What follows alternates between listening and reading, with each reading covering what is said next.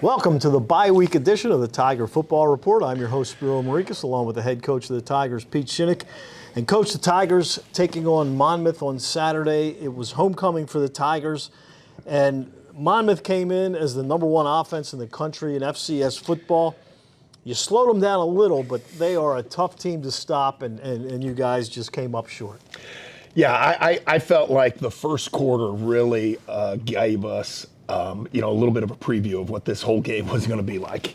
If we weren't perfect on offense, I mean, their offense was going to take care of business. And as you said, number one offense in the country coming in. We knew we had to do something to slow them down. Part of slowing them down was us staying on the field. So those two fumbles in the first half really, I think, set us back. And we spotted the number one team in the country, 14 points. You know what I mean?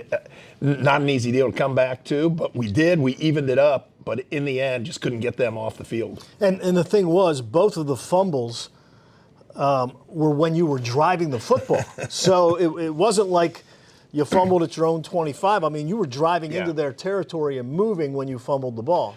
Yeah, really proud of how our offense played. I think they answered the call from a week ago, not being very productive a week ago in those situations. The first fumble, KB, I mean, he's got the first down. I mean, great call. We were planning on going, two plays there on third down, run the ball. We get close, we'll go for it on fourth down. He gets the first down.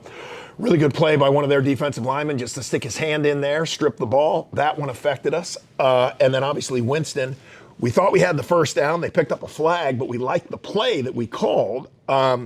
Winston just gets hit as he's running, and we turn the ball over twice as we're moving. That became a big return for them because they got about 40 yards of field position on that return. Yeah, they had a 33-yard fumble return. Changed the complexion of the game right there. You know what I mean? And so we're moving, driving, scoring, got an opportunity to put points on the board. We end up giving up then. They scored they scored 14 on both of our turnovers. And then that gave them a 21-7 lead, but then you score and tie it up at 21 on the opening drive of the second half. So now you're thinking, all right, we're back in this. Unfortunately, the defense unable to come up with a stop. Yeah, and I really, again, proud of our guys. I mean, complete game. We knew that it was going to take kickoff return. It was going to take kickoff cover. It was going to take everybody doing their job at a very high level. You know what I mean? And so to get to 21-21, that was huge. To get to 28-28, that was huge. They end up scoring, and then that next drive, obviously, we don't come up with a touchdown. You know what I mean? We get the 4th and 5, decide to kick the field goal.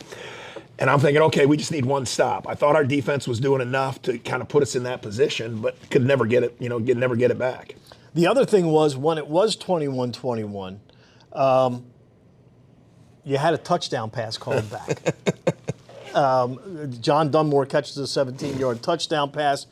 It's a holding call. You end up trying a field goal, which was no good. Yeah. So a double whammy there. No, it really was. And, we can't talk about officiating, so. But yeah, that one hurt. That one really did because it was an extremely well executed play. Everybody did their job really well. We had great blocking on the perimeter. Andrew saw it perfectly. It's a one-man screen. Through the perfect pass, JD did everything that we asked to. Just very unfortunate that would happen. All right, now let's talk about Andrew because he was named the CAA Rookie of the Week this week. Yep. 21 of 28, 292 yards, 2 touchdowns. Again, no interceptions, averaging almost 11 yards per attempt. Yeah. So obviously his best day as a college football player. Yeah, by far. And again, really proud of him and great that he got recognized. I think one of the things Andrew has done is gotten better. You and I have seen it. He just continues to get better and better each week, and he limits his mistakes. I think he's seeing the field really well. Jason Doss came up with some really big catches for him. John Dunmore came up with some really big catches, but really just his ability, 4th down, made the completion to Al Wooten. You know what I mean? I think he's really seeing the field extremely well. Got rid of it when he was supposed to. We saw him step up in the pocket. We saw him do some things that he hasn't done. Really like where his game's going. The other thing is you look at his ball game, and he is improving week to week. It's also a matter of him, I guess, getting comfortable with his receivers and the game slowing down. Yeah. From what it was in high school. Most definitely. I think from the beginning, some of the balls that he threw or some of the decisions that he made in the pocket, he's slowing it down, as you say, and it's slowing down for him, and he's being a little more patient. we saw him take a couple hits after he threw the ball, not because he had to, but because he stood in there and said, okay, I can get this ball off instead of scrambling like he had in the past. So again, really, really pleased. Just his overall growth. I mean, from week 1 to where we are now, exciting to see him grow. And then this week you used Winston Watkins a lot more than you have in the previous games, and he was successful. Threw a pass and ran for threw a touchdown and ran for a touchdown. Yeah, as you've seen, we tried to get him in the game, and it just hasn't worked. We had him in the red zone down there against, I think it was Morgan. It didn't work out. We did some stuff against Norfolk to start the year, but this one was really, I thought Adam did a great job, our offensive coordinator, just finding the right places, and then Winston hit it.